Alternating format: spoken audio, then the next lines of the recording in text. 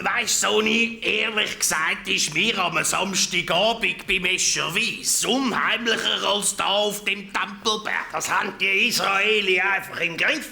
Die müssen ja auf engstem Raum 3 verschiedene Religionen bewirtschaften. Der Felsenturm, Al-Aqsa-Moschee, Klagemauer, das ist ein Vorbild für eine gemischte Bauzone. Bei uns würde man dem verdichtetes Bauen sagen. Er hat eben schon vor 1000 Jahren mal einen etwas überlegt.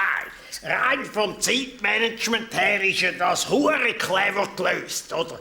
Die 3 Religionen haben ja ihren Viertag immer an einem anderen Tag, obwohl sie historisch-theologisch gesehen den gleichen Gott anbeten. Vielleicht hat der Gott eben folgende Überlegung gemacht. Wenn die einen am Betten sind, können die anderen das gesellschaftlich-wirtschaftliche Leben aufrechterhalten.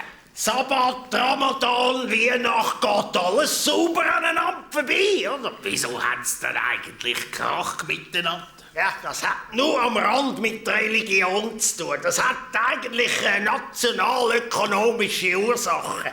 Das ist wie bei uns. Wenn es Krach gibt, geht es immer ums Geld. Oder? Ja, weil du mir eben schon lang 500 Stutz schwach bist. Ich könnte jetzt gerade rausrücken. An so einem heiligen Ort redet man nicht über Geld. Schau, da hat der Jesus seinerzeit Geldhändler aus dem Tempel rausgejagt. Und wo sind sie alle?